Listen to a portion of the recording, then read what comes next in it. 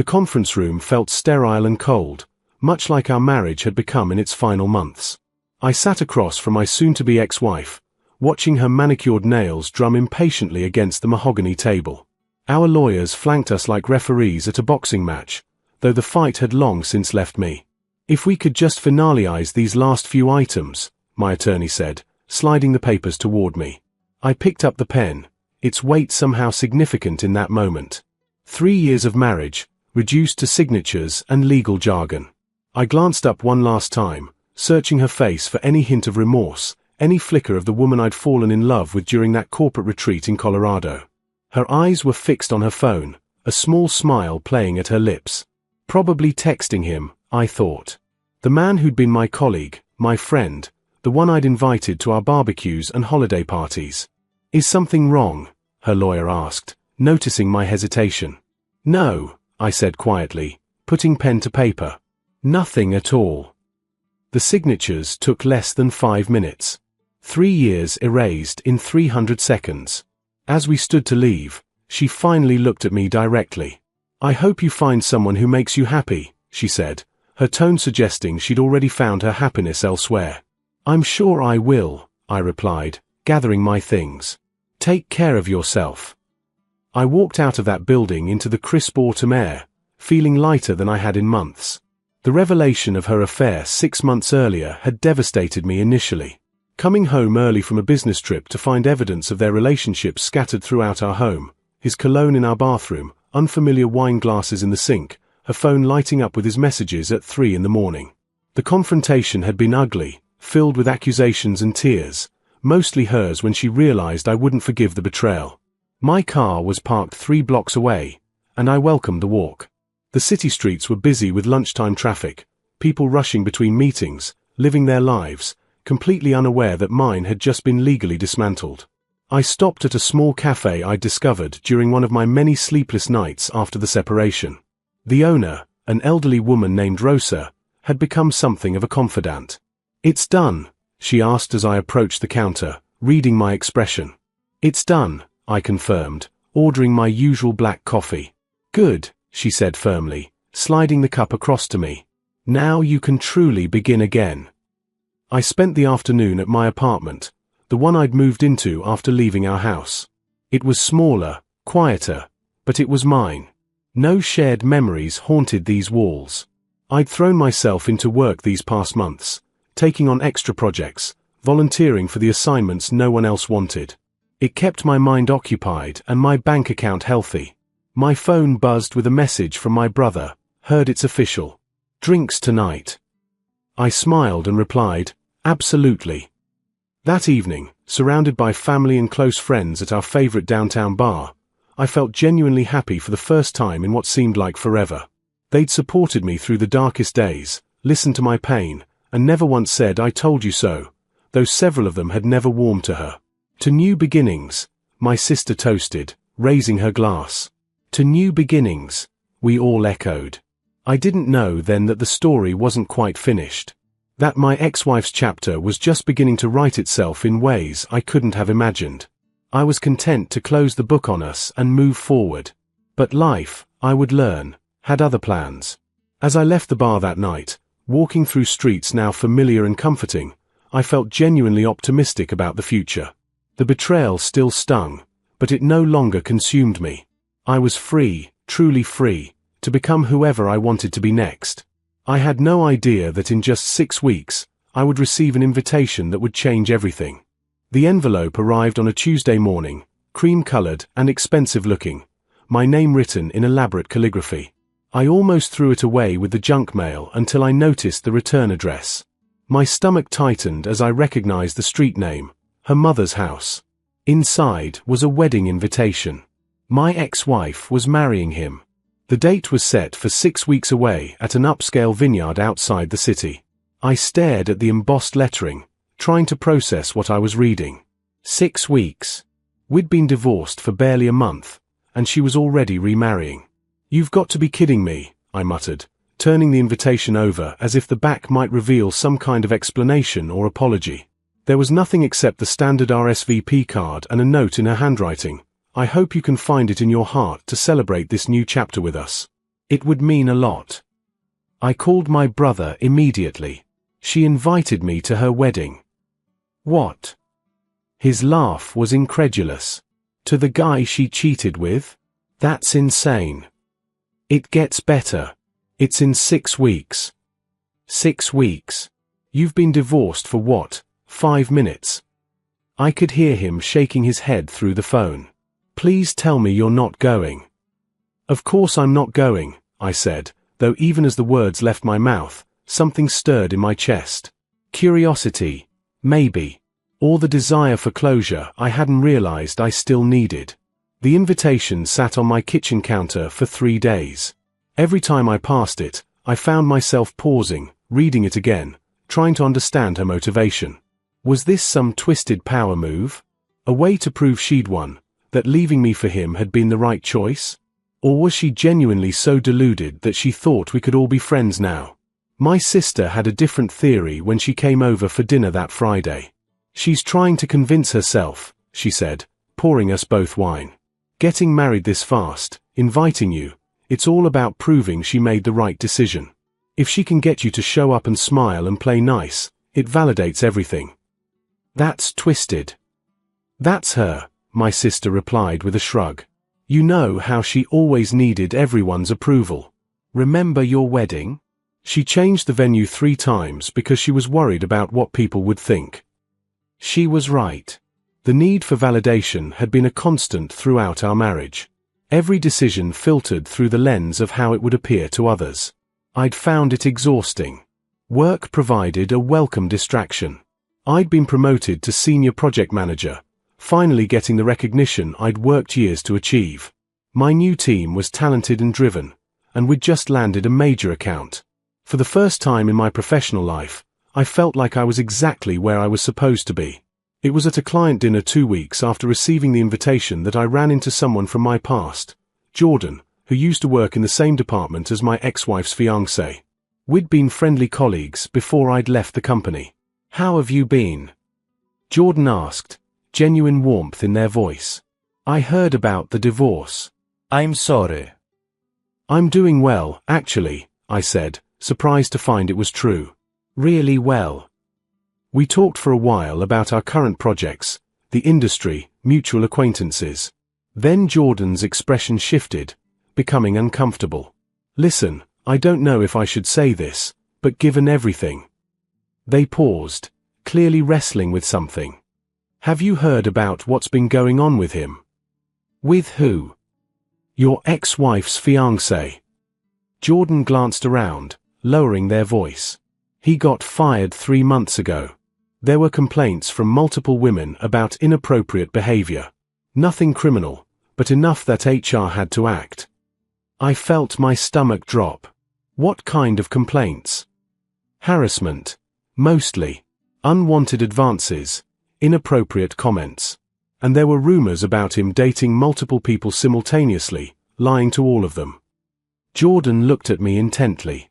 I thought you should know. Especially since I heard they're getting married soon. 6 weeks, I said numbly. Does she know? I have no idea.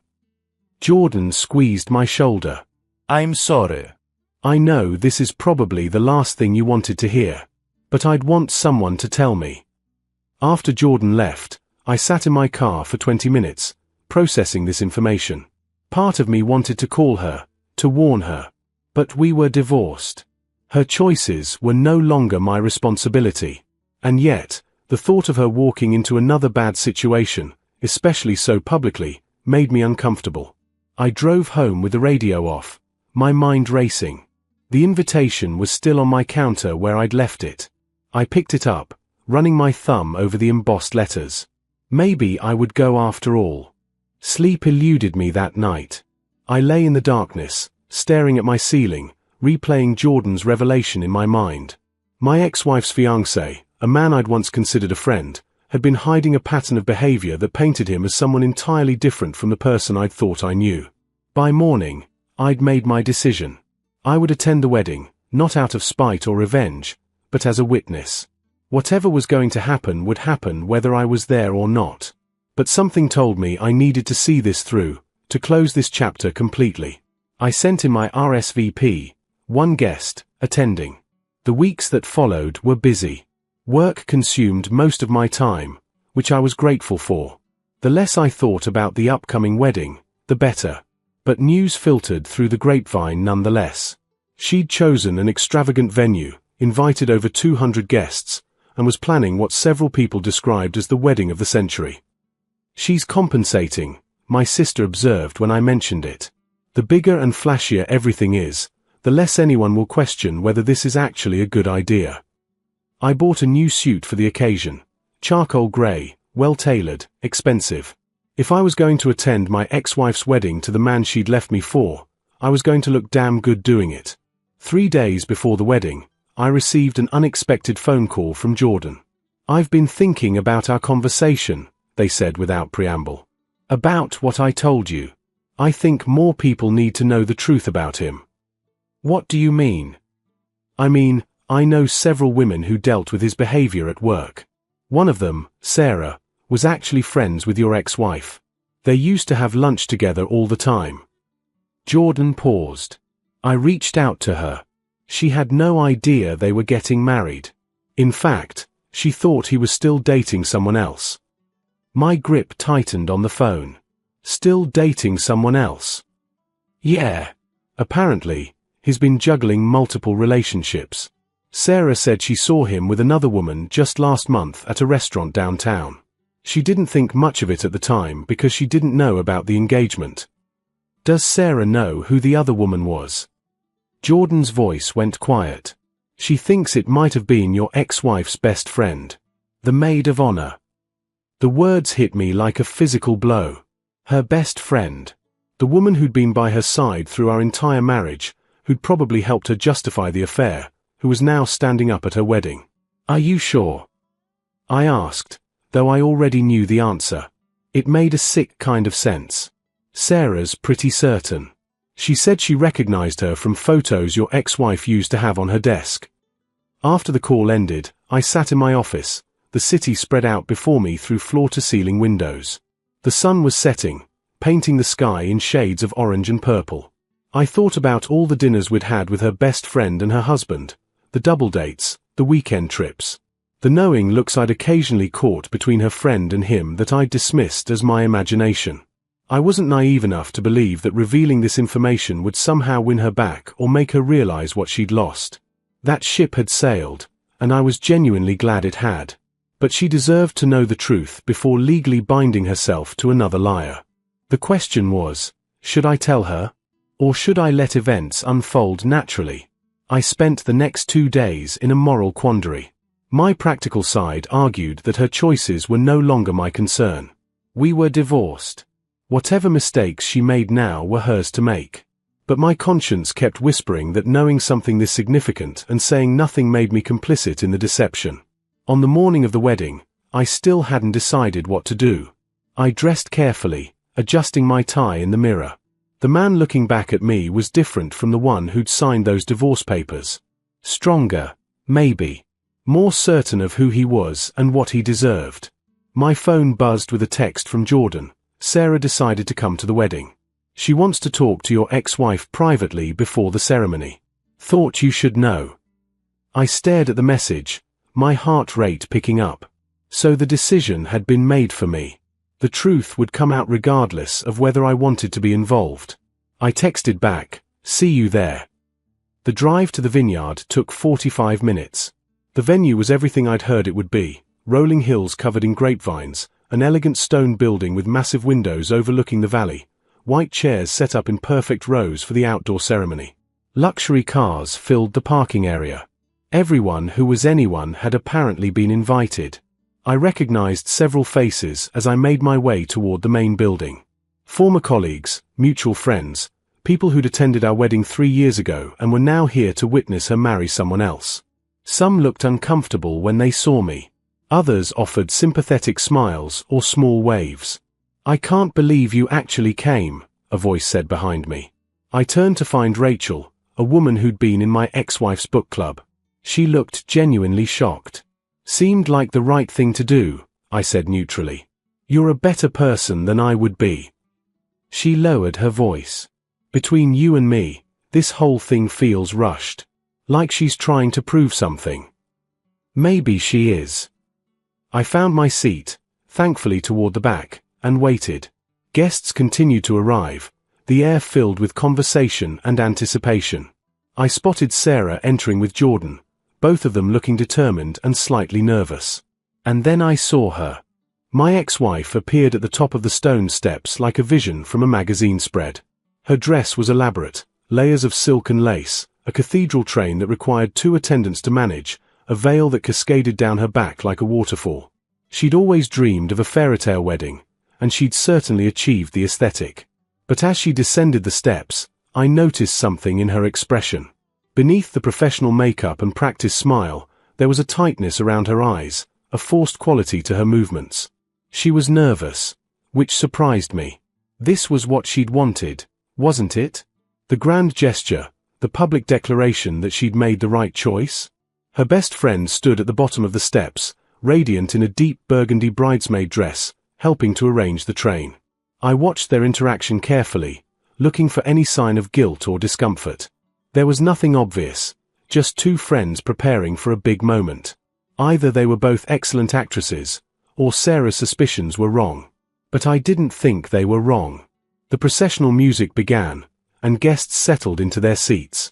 I watched as the wedding party made their way down the aisle, groomsmen in black tuxedos, bridesmaids in matching burgundy. Her best friend walked with the best man, her smile wide and seemingly genuine. The groom stood at the altar, looking confident and pleased with himself. I felt a tap on my shoulder. Jordan slid into the seat beside me, looking flushed.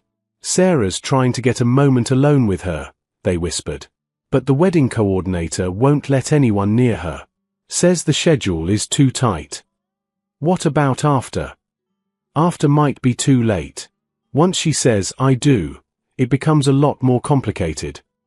The bride appeared at the end of the aisle, her father beside her. The music swelled. 200 guests rose to their feet. I stood with them, watching as she began her slow walk toward a future I knew was built on lies. She was halfway down the aisle when I saw Sarah push through the crowd at the side, moving with purpose toward the front. The wedding coordinator noticed, her face alarmed, but Sarah was faster.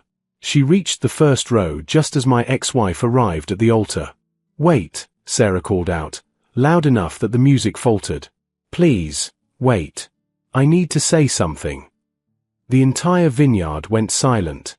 My ex-wife's face drained of color. Her fiancé looked furious, taking a step forward as if to block Sarah's approach. "Who is this?" the officiant asked, clearly flustered. "This is highly irregular." "I'm sorry," Sarah said, her voice shaking but firm. "I'm so sorry to do this here, but you need to know something before you go through with this." "Sarah." My ex-wife's voice was barely a whisper. "What are you doing?" "I saw him," Sarah said, looking directly at her. "Last month. At Marcella's downtown. He was with someone else. Having dinner, holding hands, kissing. I didn't know about your engagement then, so I didn't think to tell you. But when I found out you were getting married today..." She took a deep breath. "You deserve to know he's been cheating on you." The gasps from the crowd were audible. My ex-wife swayed on her feet, her father grabbing her arm to steady her. The groom's face had gone from furious to panicked. "That's insane," he sputtered. "She's lying.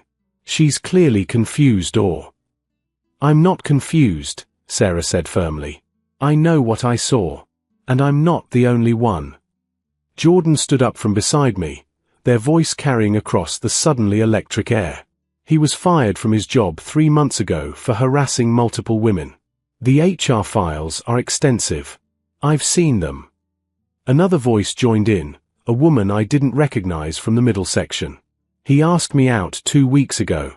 I said no, but he was persistent. I had no idea he was engaged." The groom's face had gone from red to white. "These are all lies, jealous people trying to ruin our day." "Which woman was he with at Marcella's?" my ex-wife asked, her voice surprisingly steady despite her trembling hands. She turned to Sarah, her eyes searching. "Did you recognize her?" Sarah hesitated, glancing at the maid of honor, who had gone very still beside the altar. Sarah, my ex-wife repeated, stronger now. Who was she? I think it was. It was me, the best friend interrupted, stepping forward. Her voice was defiant, but tears were streaming down her face. It was me. I'm sorry. I'm so sorry. It just happened. We didn't mean for it to. She didn't get to finish. My ex-wife's hand connected with her friend's face with a crack that echoed across the vineyard. The friend stumbled backward, and chaos erupted.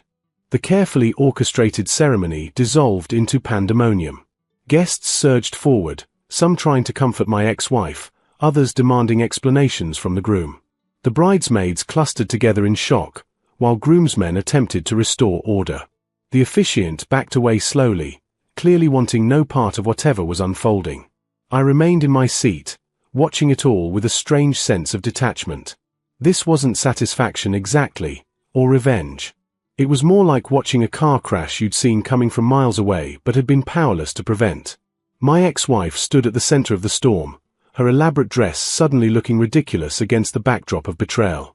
She turned away from her former best friend and was now facing her fiancé, or whatever he was now.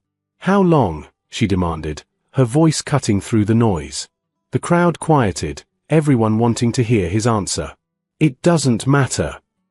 How long? He ran a hand through his hair, his composure completely shattered. A few months. But it's not what you think. We were just.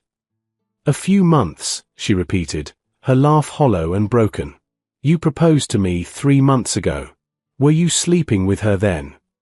His silence was answer enough.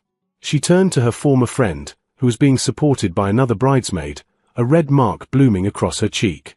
You stood there and helped me plan this wedding. You helped me pick out this dress. You listened to me talk about how happy I was, how I'd finally found real love. Her voice cracked. How could you? I tried to stop, the friend sobbed. I tried to end it so many times, but he kept saying he was going to break up with you anyway, that he really loved me, that. Get out, my ex-wife said quietly. Both of you. Get out of my sight. The groom reached for her. We can talk about this. We can work through. Don't touch me. She jerked away from him, nearly tripping over her train.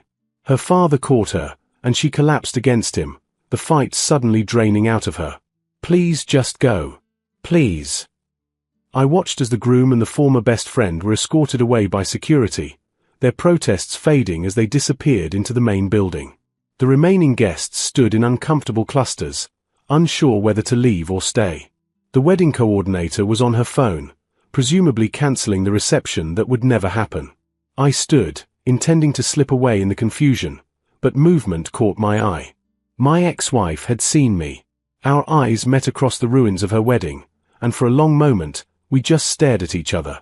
Then, to my surprise, she began walking toward me, her father releasing her arm reluctantly. She stopped a few feet away, mascara running down her face, her perfect makeup destroyed by tears. Up close, I could see she was shaking. You knew, she said. It wasn't a question. I found out a few days ago, I admitted. I wasn't sure what to do with the information. But you came anyway. Why? I considered the question, searching for the right words. Because I needed to see it through. To know that this chapter was really closed. She laughed bitterly, gesturing at the chaos around us. Well, it's definitely closed now. She wrapped her arms around herself, suddenly looking very small in the enormous dress. I suppose you're enjoying this. Your revenge. This isn't revenge, I said honestly. I didn't plan any of this. People who cared about you stepped forward because they thought you deserved to know the truth. That's not revenge. That's kindness, I guess. In a brutal sort of way. Fresh tears spilled down her cheeks. I was so sure I'd made the right choice. Leaving you, choosing him. I was so sure. I know you were. I threw away 3 years of marriage for this. For him. And it was all a lie. She looked at me with something like desperation. Did he ever love me? Was any of it real? I could have been cruel. Could have told her what I really thought, that she'd been a conquest, a prize to be won from another man, that whatever he'd felt had likely been ego more than love. But looking at her broken expression, I found I didn't have the heart for it. I don't know, I said instead. Maybe at first. People are complicated. She nodded slowly, wiping at her face with shaking hands. I'm sorry, she whispered. For everything I put you through. For the affair, for how I ended things, for all of it. The apology I'd once desperately wanted now felt anticlimactic. I realized I'd already moved past needing it.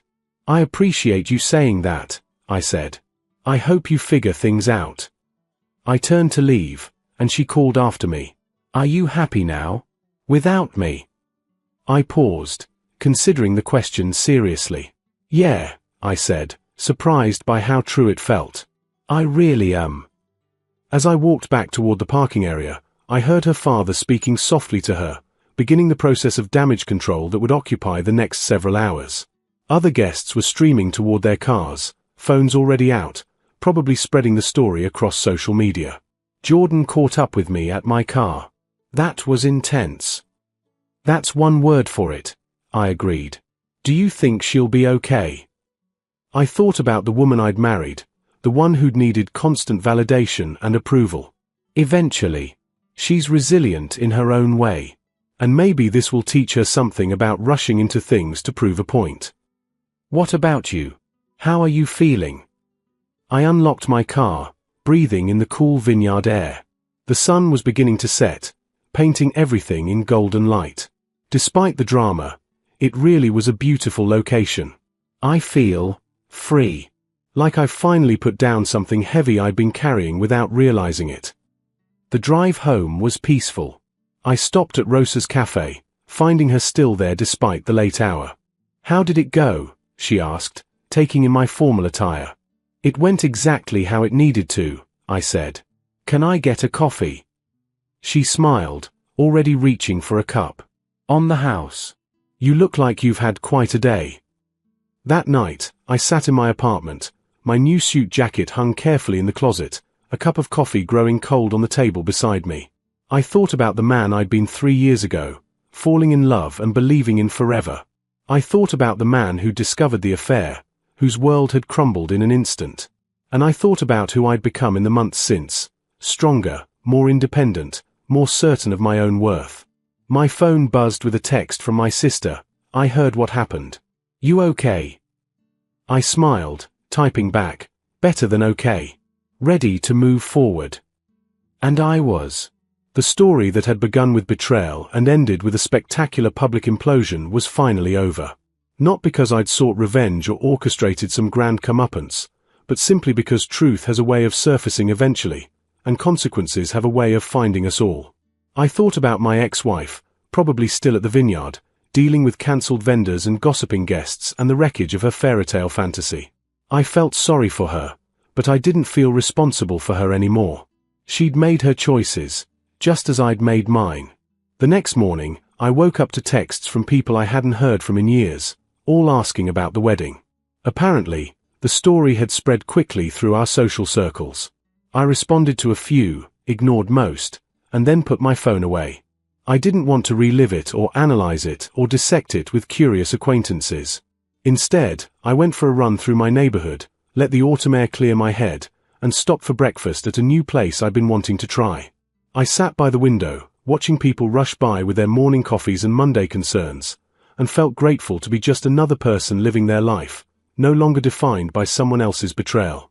Later that week, I ran into Sarah at a coffee shop downtown. She looked relieved to see me. I've been worried I made things worse, she admitted. Causing a scene like that. You told the truth, I said. What she did with that information was up to her. You gave her a choice she wouldn't have had otherwise. Have you heard from her? No. I don't expect to. That chapter's closed for both of us. Sarah nodded, stirring her coffee thoughtfully. Jordan told me you handled everything with a lot of grace. That takes strength. I shrugged. Or maybe just exhaustion. I was tired of carrying anger around. It's heavy. As the weeks passed, the story of the collapsed wedding faded from immediate gossip into occasional recalled drama. I heard through the grapevine that my ex-wife had moved back in with her parents temporarily, that her former best friend had left town, that the groom had already been spotted with someone new. None of it mattered to me anymore. I focused on work, on friends, on rebuilding the life I wanted rather than the one I'd fallen into. I went on a few dates, nothing serious, just testing the waters of who I might want to be in a new relationship. I traveled, took up photography, learned to cook properly instead of subsisting on takeout and frozen meals. 6 months after the wedding that never was, I was contacted by a small publishing house. Someone had heard about the story, the specifics didn't matter, and wanted to know if I'd be interested in sharing my perspective on divorce, betrayal, and moving forward. I declined politely. This was my story, but I didn't need to profit from it or put it on display. Some endings don't need to be shared. They just need to be lived through and learned from. I think about that day at the vineyard sometimes, about the woman in the elaborate dress learning truths she'd tried so hard to avoid. I hope she found her way to peace eventually, to a place where she could be honest with herself about what she wanted and why. As for me, I found something better than revenge or vindication. I found myself again, the person I'd lost somewhere in trying to make a failing marriage work. And that, I realized, was the real closure I'd been seeking all along. The invitation still sits in a drawer somewhere in my apartment, a reminder of the day everything fell apart for her and came together for me. Not because I'd orchestrated her downfall, but because I'd finally learned that my happiness didn't depend on her suffering, or on her at all. I was free. Truly, finally free. And that was more than enough.